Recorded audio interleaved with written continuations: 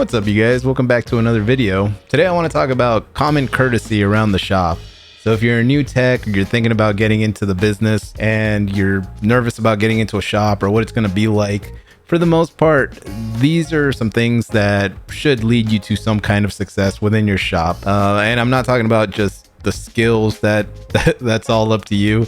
This is more of just integrating into a shop with a bunch of other dudes that might have a bay next to you and just being courteous and meshing with them, so then you put your best foot forward and overall you come out as a more respectable figure within the shop and not just sloppy Joe. Really quick, if it's your first time checking out the channel, my name is Raymond. I'm a heavy diesel mechanic and I also like to make stickers and magnets for our toolboxes. I like customizing stuff and just adding my own design to it. So if that interests you, I mean, I do have my own Etsy shop. It's called rayshotstickers. Link is in the description down below. And if you want to, support this channel, by all means, either like and subscribe or check out those designs for your toolbox. So let's get down to business. The first thing I usually see that's a big pet peeve for everybody around you is going to be your cleanliness. If you look like Pigpen from Charlie Brown everywhere you go, you're leaving grease, you're leaving oil, everything's just, all your parts are everywhere when you're taking things apart and all your bolts are just scattered, you're automatically making yourself a huge target within the shop. Sloppy work is not good work, because once it comes time to start putting things back or you're in the heat of it and you really want to get something done, you're going to start slowing down because, well, your mess is just everywhere around you. And not only is it going to bug you because you can't get your job done, it's going to bug those around you because just looking at that dysfunction in the corner happening is just going to be a big distraction for everybody else. So that would be my first take on how to be a little courteous around the shop. And also, that's a catch-22. I mean, if you're the guy in the shop that never gets dirty, your hair's always perfect, and somehow you just never get dirty, well, then you're going to come off as kind of the slacker. I mean, it's a skill to not get dirty in a shop full of grease, full of brake dust. So if you're coming out unscathed from that shop, I don't know. I mean, you're doing something that clearly I don't know how to do.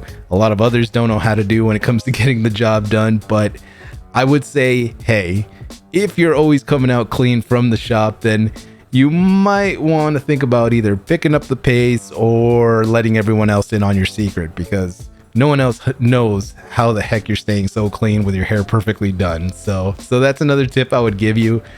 If you're too clean, chances are you might be slacking a little bit. But if you're too dirty, that's definitely just as bad, if not worse, as the clean guy, because, well, everyone notices and you're just leaving a big mess everywhere. The second tip I can give you is, if you're the new tech in the shop and you have a bunch of questions, that's fine.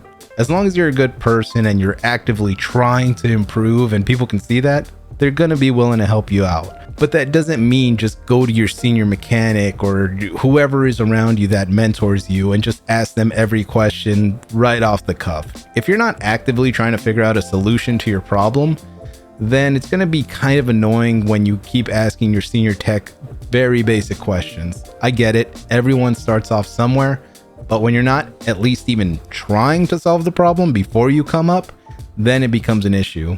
My suggestion would be try and try again. That way, when you go to your mentor, your lead, whoever you go to for assistance, you can actually tell them, I tried X, Y, and Z.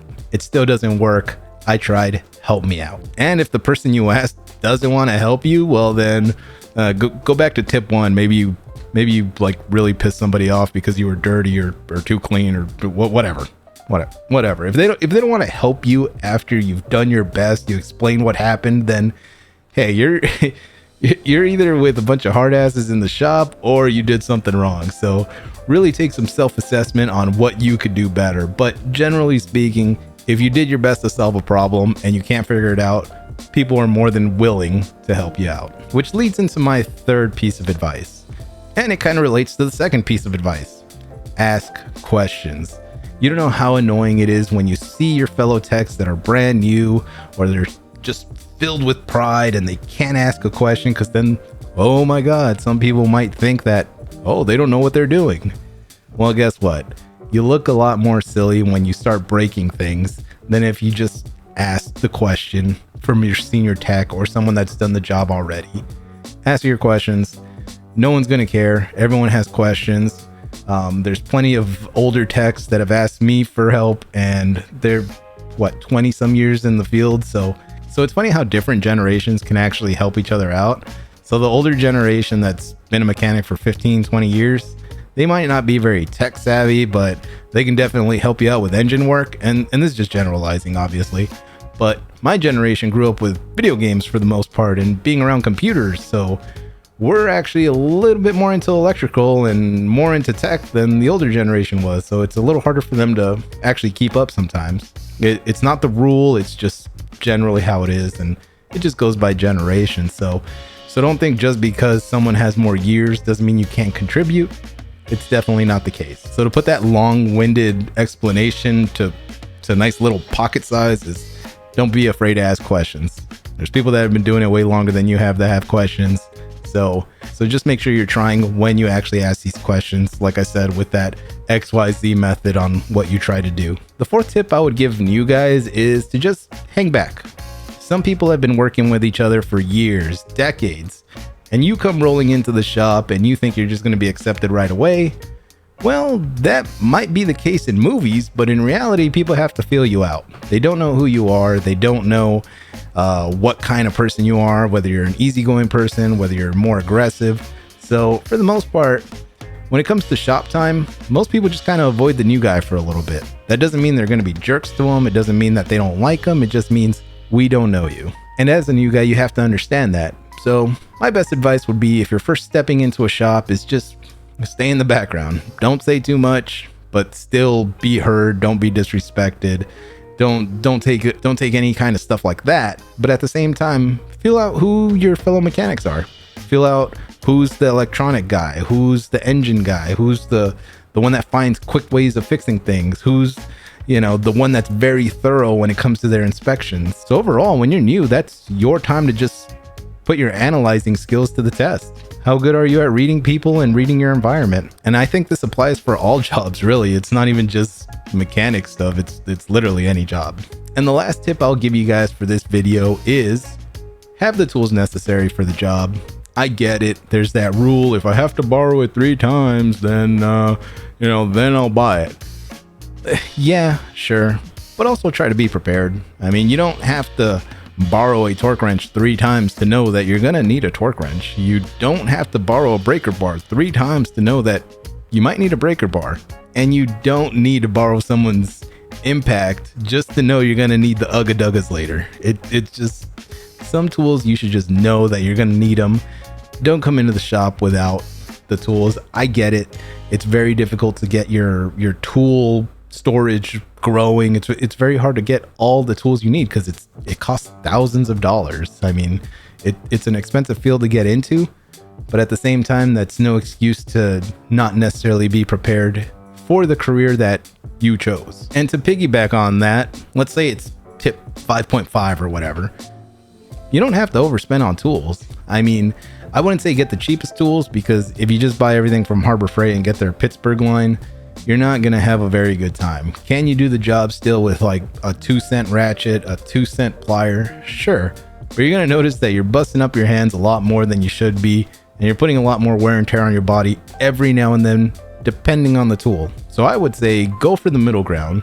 There's a huge spectrum, right? And the difference between good and best, it's a little narrow and closer to each other on the spectrum compared to cheapest to good. So look for your gear wrench type brands. I mean, I've had a phenomenal experience with gear wrench. I haven't had one break yet. Then again, I use the right tool for the right job, so anvils aren't breaking very often for me, if at all. So hey, if I could take it off with an impact driver, I'll take it off now.